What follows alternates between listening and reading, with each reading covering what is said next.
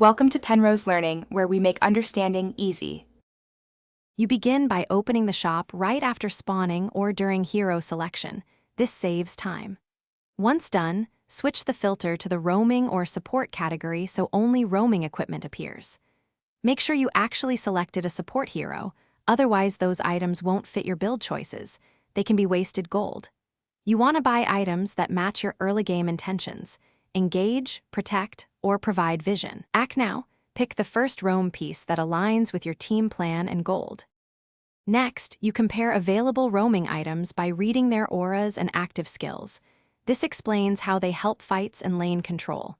Once you know the effect, buy the core roaming item first. Its active often swings skirmishes. Then add boots or a secondary utility piece to cover mobility or resistances. This complements the roam item. Make combinations deliberately. Wait until you have the gold for the next component so you don't end up with inefficient half-built gear that slows your impact.